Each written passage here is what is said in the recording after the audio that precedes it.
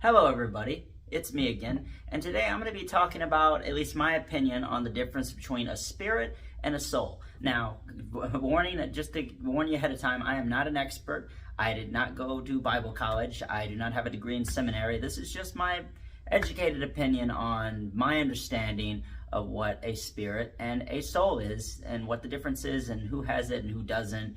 So first things first. All living creatures have spirits. From animals to humans, we all have spirits. And objects, apparently. Humans, however, are the only ones that have souls. Animals do not have souls. I say what I say about animals not having souls because, from what I can remember, I have not once come across a Bible verse that implies that animals have souls. Only spirits. That's it. I've never found a verse to this day that says an animal has a soul. Just a spirit. Now, like I said, I'm no expert. This is just a demonstration of how I best understand the difference between a spirit and a soul. So, let's just say this is God's essence, and the purple dotted line represents spirit, and the blue shade represents a soul. So, what is spirit exactly? Spirit is essentially the breath of life. Without spirit, there can be no life. Now, you can also think of spirit as being God's chain, essentially, that he uses to connect all life back to him, and a chain that he uses to prevent gravity from pulling all of said life down to the pit, or hell, or whatever name you use. I'm not saying hell is underground.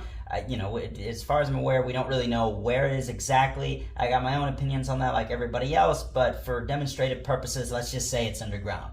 So it's a chain that God uses to prevent everything from being pulled down to the pit. Now, to continue on with the discussion, both man and beast have spirit. However, the difference is, no matter what an animal does, its spiritual chain is going to be the same. However, man is the only creature that has the ability to either strengthen his chain or to weaken it. And if he weakens it enough, it could break. And when he dies, his spirit might go back to God, but the soul, the little blue soul, is just going to simply drop back to, well, not back, it's going to drop down to the pit.